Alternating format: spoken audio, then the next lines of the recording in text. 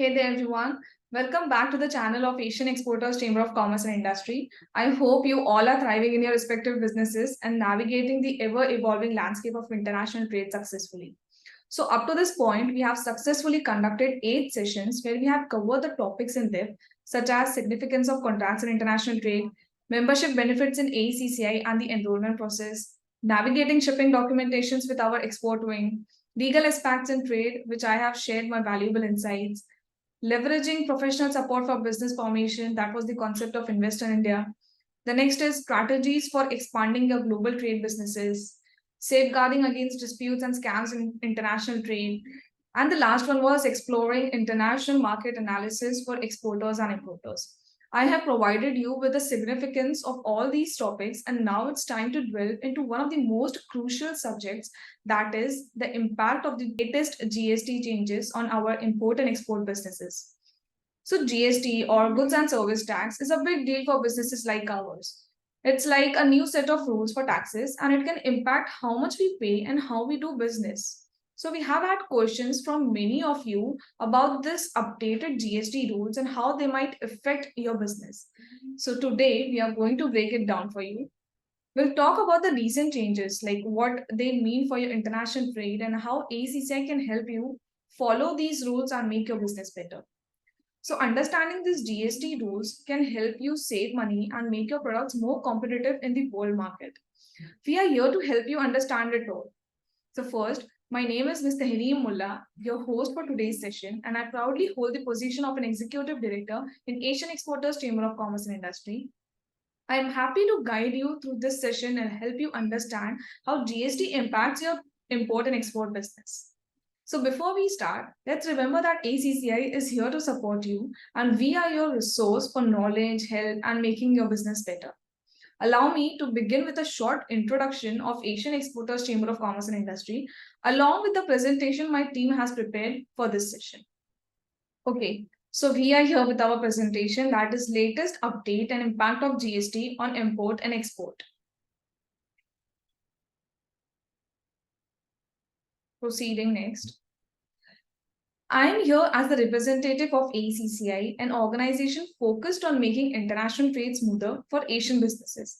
Our main goal is to help exporters by providing them with essential resources, networking opportunities, and customized supports to give them an edge in the global market. So, ACCI thrives because of our strong member network and partnerships. Together, we create a dynamic environment for export and business activities. We are delighted to have you here today as we explore the significant impact of the valuable resources that our organization offers. Your presence means a lot as we embark on this journey together. So, in today's business world, having the right information at the right time is crucial. ACCI is dedicated to giving you comprehensive and carefully tailored information that fits your business specific needs. Whether you have pressing questions or need access to reliable resources, know that ACCI is committed to helping and strengthening your business efforts.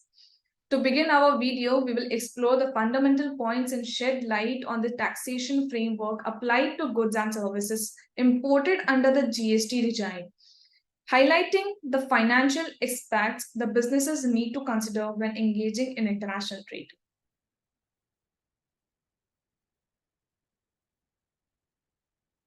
So, import of goods and services under GST. Now, let's delve into the realm of importing goods and services under the GST regime. Imports of goods are subject to IGST and compensation cess, if applicable, along with basic custom duty like BCD and a social welfare surcharge. Unlike some other taxes, BCD and social welfare surcharge paid during imports cannot be claimed as a credit under GST, making them a cost for the importer. When it comes to importing services, the service recipient is responsible for paying IGST under the reverse charge mechanism. Additionally, certain specified categories of goods and services, such as legal services and goods transport agency services, require the recipient to pay GST under reverse charge. Moving on to next.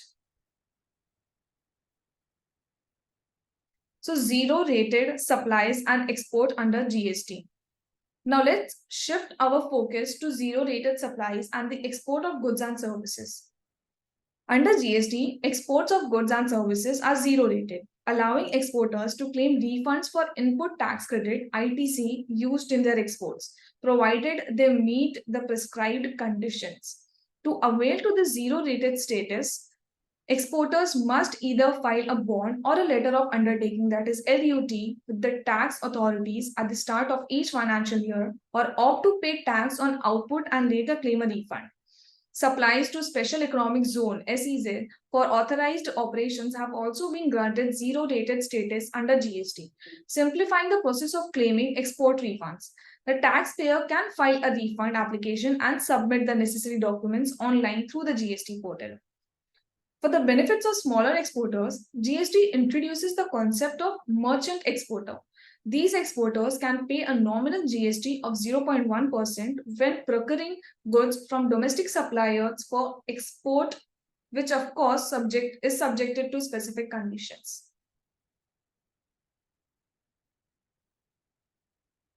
Several classifications have been issued by the government regarding refund claims, including mandatory Aadhaar authentication for refund eligibility, specifying the bank account for refund credit, and providing options for filing refund claims. Notably, there's now the option to bunch refund claims across financial years, simplifying the process. To streamline the refund process further, the requirement to receive remittance in foreign exchange within a stipulated time period has been extended to zero rated supply of goods. However, the government has clarified that the restrictions on refund claims will not affect ITC availed on certain invoices or documents, including those related to imports, input service distributor invoices, and suppliers liable to reverse charge, that is RCM supplies, even if they are not reflected in Form GSTR 2A. Lastly, if a payment have been wrongly made through the electronic credit ledger, it can be refunded with the refund amount recredited to the credit ledger. Additionally, for the export of goods, unutilized ITC claimed as a refund is mandated to be realized in foreign currency within the timelines prescribed by the Foreign Exchange Management Act guidelines, that is FEMA guidelines. Failure to do so results in the refund being remitted back to the government along with interest.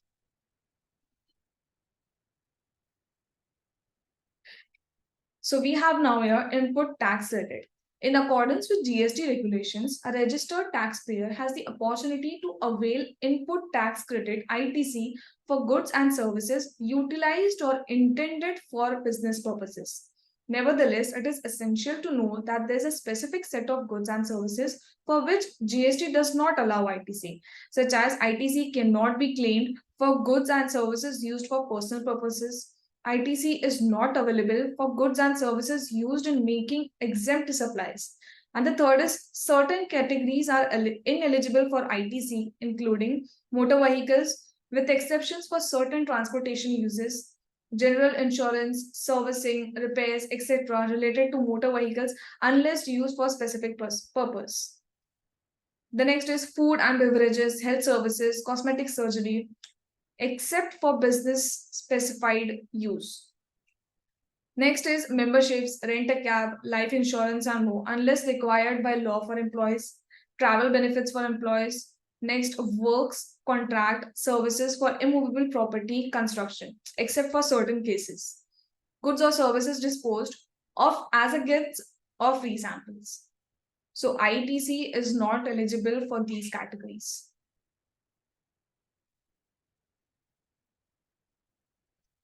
In addition, it's worth noting that ITC can be claimed for goods and services that an employer is legally obligated to provide to its employee as per current laws. Now let's delve into the practical side of things under GST.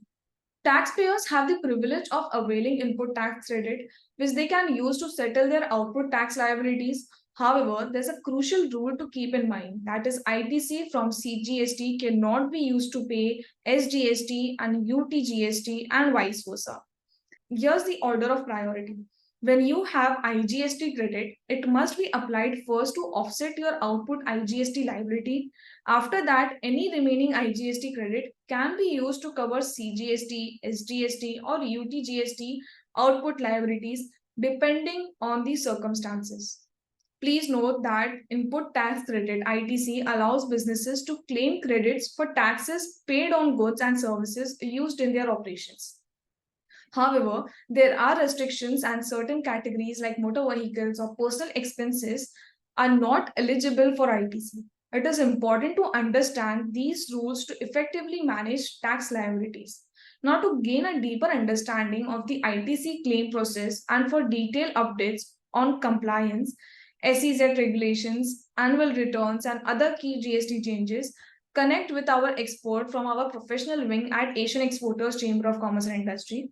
We'll provide you with the comprehensive insights and guidance to ensure your business stays compliant and efficient in the ever evolving GST landscape. So, contact us today to stay ahead of the curve.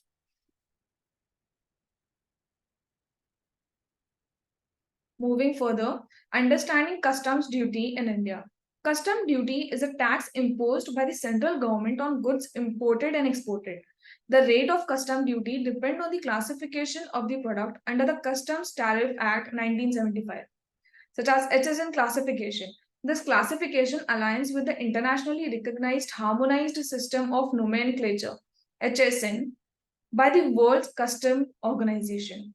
And the second is transaction value basis. The value of imported or exported goods is determined based on the transaction value.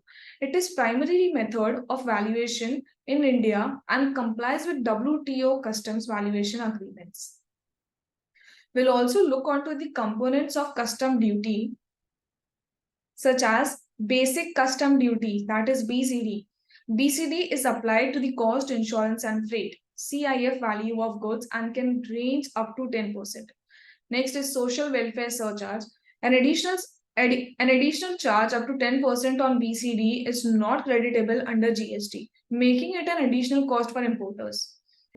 Health cess. From February 2, 2022, a 5% health cess is applied to imported medical devices to support healthcare infrastructure.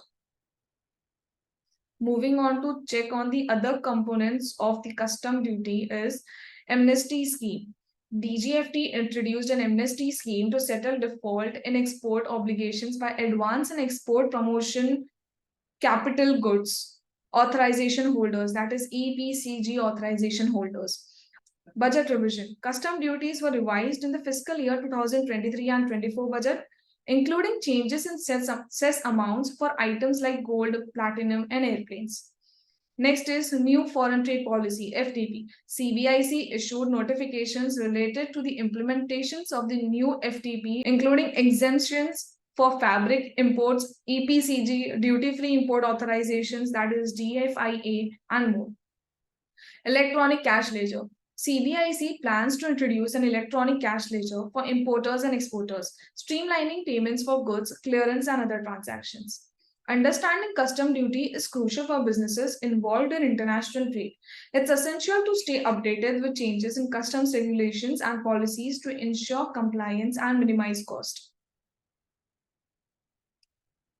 Moving on to our next slide, that is how ACCI's guidance can help you to navigate the ever-evolving landscape. So ACCI's guidance empowers businesses to navigate the evolving GST landscape and make informed decisions that positively impact their import-export operations, such as export consultations. ACCI offers export guidance on GST, custom duty, and compliance matters. Second is HSN classification. We assist in accurate product classifications under the HSN aligning with international standards. Third is latest GST updates. ACCI provides businesses with up-to-date information on the latest GST regulations, ensuring they stay compliant with changing requirements. Next is impact analysis. Our experts offer a thorough analysis of how these updates affect import and export operations, helping businesses adapt effectively. Next is FTP compliance. We assist in compliance with the new foreign trade policy, FTP policy through notifications and exemptions. Next is compliance guidance. We offer step-by-step guidance on complying with new GST rules, ensuring smooth and import-export process. Efficient export. Our guidance ensures that business efficiently handle export procedures, reducing delays and ensuring compliance. Our team keeps you updated on regulatory changes to maintain compliance. By staying informed about the latest updates and their implications, businesses can stay ahead of the curve and maintain a competitive edge in the international trade. With AECCI's comprehensive guidance, businesses can navigate the complexities of GST, custom duty, and compliance, ensuring cost effective and efficient operations. Contact us today for expert support if you have concerns in these areas. And in summary, ACCI is your partner in navigating the complexities of your day to day business. Our suite of services, expertise, and extensive network can significantly enhance your ability to study such concepts effectively and make well informed decisions for your export and import activities. Concluding our presentation now. Okay, so as we conclude, it's evident that ACCI's expertise plays a pivotal role in helping businesses navigate the complexities of GST. They provide the latest updates, offer insightful impact analysis, and guide enterprises through compliance procedures. Whether it is optimizing refund claims, leveraging SEZ benefits, or aligning custom duties calculations, ACCI ensures that businesses stay ahead in the ever changing world of GST. In this era of global trade, knowledge is power, and ACCI empowers businesses with the knowledge they need to success. And with our guidance, organizations can efficiently handle import and export operations, minimize financial impacts, and maintain a competitive edge. In closing, I encourage all businesses involved in international trade to seek the guidance of experts like Asian Exporters Chamber of Commerce and Industry. Together, we can navigate the complexities of GST, adapt to changes, and embark on a journey of growth and prosperity in the global marketplace. So, for any inquiries or to connect with our team, please feel free to reach out to us using the contact details provided below in the descriptions or visit our website at www.aecci.org.in for further insights into our services, events, member benefits, and etc. Our dedicated team is at your disposal, ready to provide you any additional assistance you may require. So we sincerely appreciate your active participation in this live session and eagerly look forward to addressing your questions. Thank you so much.